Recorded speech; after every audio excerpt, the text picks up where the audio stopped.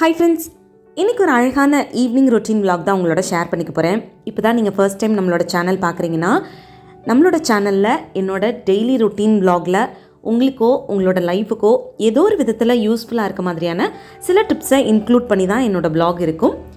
So அந்த மாதிரி இன்றைக்கி ரொம்ப யூஸ்ஃபுல்லான ஒரு டாபிக் பற்றி தான் நான் இந்த வீடியோவில் உங்களோட ஷேர் பண்ணிக்க போகிறேன். வாங்க வீடியோக்குள்ளே போகலாம். வெல்கம் டு பிரியாஸ் மதுரைக்காரங்க சமையல். நான் உங்கள் பிரியா.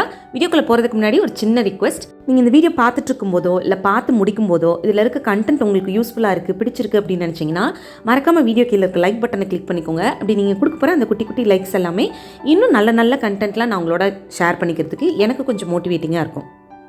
இன்றைக்கான டாப்பிக்குள்ளே போகிறதுக்கு முன்னாடி என்னோட ஈவினிங் ரொட்டீன் எப்படி இருக்குன்னு ஷார்ட்டாக சொல்லிவிட்டு அப்படியே டாப்பிக்குள்ளே போயிடலாம். நீங்கள் வீடியோ ஸ்டார்டிங்லேயே பார்த்துருப்பீங்க. ஈவினிங் டைமில் நமக்கு பிடிச்ச மாதிரி ஏதாவது ஒரு சாங்ஸை போட்டு விட்டுட்டு அப்படியே என்னோட அந்த ரொட்டீன் வேலைகளை வந்து கொஞ்சம் கொஞ்சமாக அப்படியே ஸ்டார்ட் பண்ணுவேன். இன்றைக்கி பெருசாக வேலைகள் அப்படின்னு எதுவும் கிடையாது. மார்னிங்லேருந்து ஆஃப்டர்நூன் வரைக்கும் வெளியில் தான் இருந்த மாதிரி கொஞ்சம் முக்கியமான வேலை இருந்துச்சு. ஸோ அதெல்லாம் முடிச்சுட்டு வீட்டுக்கு வரதுக்கு டைம் ஆகிட்டதுனால இன்றைக்கி ஃபுல்லாக கிச்சனையும் லீவ் விட்டாச்சு, சமைக்கவே இல்லை.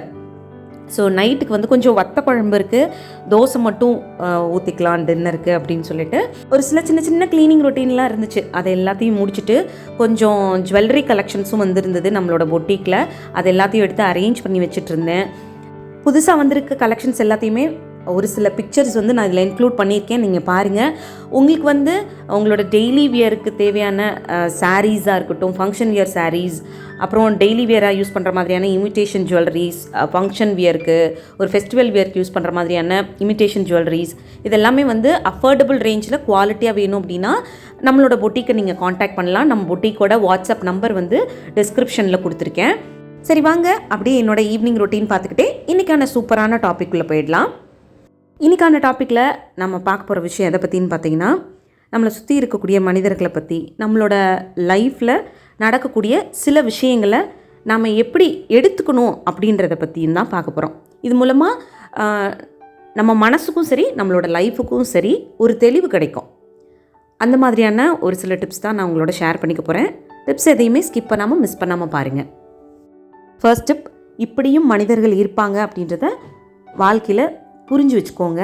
இது உங்களை நீங்கள் காப்பாற்றிக்கிறதுக்கு, உங்களோட வாழ்க்கையை நீங்கள் கொஞ்சம் சேஃபாக வச்சுக்கிறதுக்கு நிறைய சூழ்நிலைகளில் உதவியாக இருக்கும். அதாவது நம்மளை சுற்றி இருக்க ஒரு சில பேர், நான் எல்லாரையும் சொல்லலை, ஒரு சில பேர் அவங்களோட தேவைகள், அவங்களோட ஆசைகள், அவங்களோட பேராசைகளை நம்மக்கிட்ட இருந்து வாங்கிக்கணும், நிறைவேற்றிக்கணும் அப்படின்றதுக்காக அந்த தேவைகளுக்கு நம்மக்கிட்ட அவங்க வந்து நடந்துக்கிற விதம் வேறு மாதிரி இருக்கும். அந்த தேவைகள் நம்மக்கிட்ட இருந்து கிடைக்கிற வரைக்கும் அவங்க நம்மளை ட்ரீட் பண்ணுற விதம் வேறு மாதிரி இருக்கும்.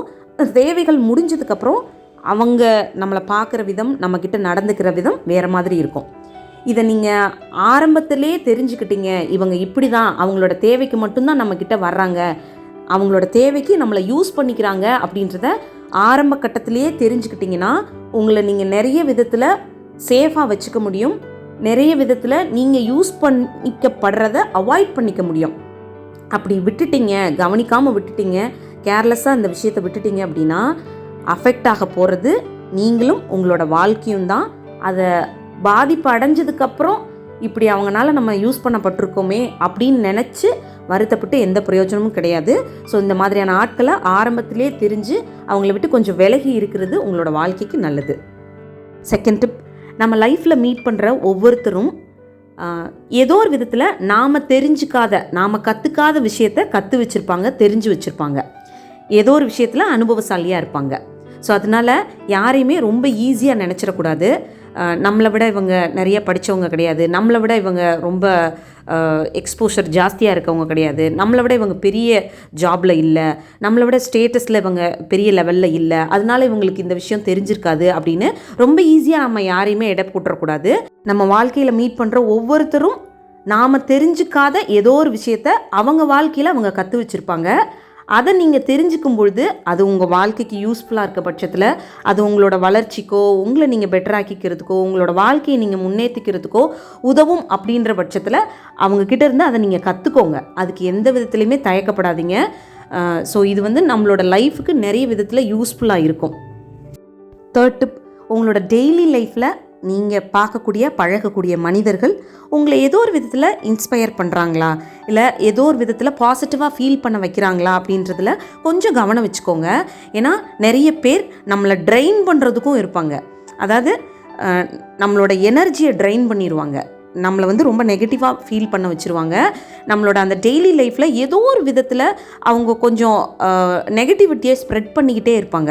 ஸோ அந்த மாதிரி இருக்கக்கூடிய பீப்புள் யார் அப்படின்றத தெரிஞ்சு கொஞ்சம் நீங்கள் ஒரு கேப் விட்டு இருந்துக்கிறதோ இல்லை அவங்கள அவாய்ட் பண்ணிடுறதோ பெட்டர்.